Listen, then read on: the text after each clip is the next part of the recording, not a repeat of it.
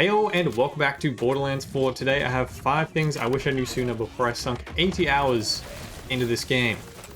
I should probably go outside. Nah. First, we got inventory management. I don't know if it's just me, but this feels like a nightmare. There's a lot of settings. I'm used to simple, easy, no brain power or reading comprehension necessary in previous Borderlands games. But once you understand it, it is actually really helpful. First of all, you can right click on any of your weapons or items and mark things as junk from your backpack, or you can pick up items off the ground as junk and it has its own keybind for that, or controller button. Either method means you can then just go to a vendor and with one button press sell all of the junk at once. Beautiful. Even better, which I literally only learned this one last night, you can mark things as bank from your backpack, which you can then go to any physical bank location and hit one button to drop them all in automatically. But you can also just hit one button from your inventory anywhere in the world, mid-boss farming if you want, and send all of those bank mark items to your bank from anywhere. So you can pick up more loot if you're at a boss farm. You can pick up more loot and just send it, through the cloud rather than having to actually leave and come back, wasting a bunch of time. So helpful. Don't know how I didn't see that for so long.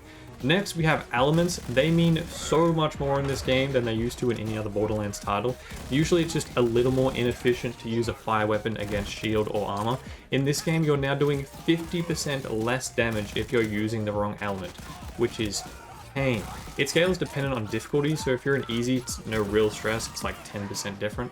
Now that's even worth really switching weapons. But if you're in hard mode, fire weapons now do 50% less damage to shields and armor bars, but they do 75% more against health or flesh or red health bar enemies. Same thing with shock against shields and corrosive against armor, 75% more efficient, but 50% less against the other two health bars. As for cryo, it's 50% more efficient against armor, but 50% less against shields, and the opposite for radiation.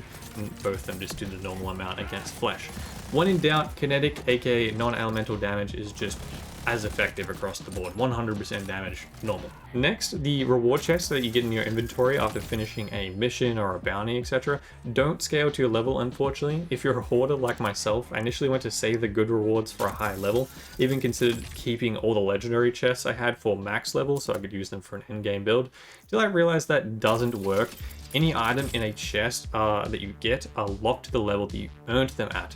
So if you get one at level 45 and you wanted to keep it until you hit level 50, if you open it at 50, the weapon is still going to roll at level 45. So use them, all of them, straight away, you may as well use them. And you can also mark them as junk or a bank item from the open screen, so you don't have to go searching through your backpack after you've opened them all. Saves you a bit of time. Next one is a simple one, but unlock any and all silos and safe houses you find whenever you're exploring the world doing side missions, main missions, whatever. It'll save you so much time later on being able to instantly teleport across the map to those locations. If you've got a boss fight you want to farm or a side mission, a vault, etc. in that area. Rather than driving 3 kilometers to get there, and sometimes in horrendous terrain, which is fine sometimes if you're enjoying doing that, but having the option to TP is huge. Especially because in some maps, the giant mountains just have no way up without driving all the way around. It's a massive headache if you're trying to get there quickly. Next, your car, kind of on the same topic, you can change the style and appearance in the customization menu for it, but it's not all cosmetic in there. There's also a way to change the stats in your car by going to customization, then vehicle, and then down to hover drive. Then you can select whatever brand you'd like, which all have, different stats for each brand. For example, Jacobs has really good handling, but the top speed is lower, whereas Vladov, speed and acceleration is kind of like their whole brand image, so you can choose which one that you prefer. You unlock and upgrade these by just using that brand's weapons or items in game. You can also track your progress under missions, then go to challenges, scroll down to the bottom and it'll show each brand there. If you click on that, it'll show you what challenges you need and what rewards you're going to get for them.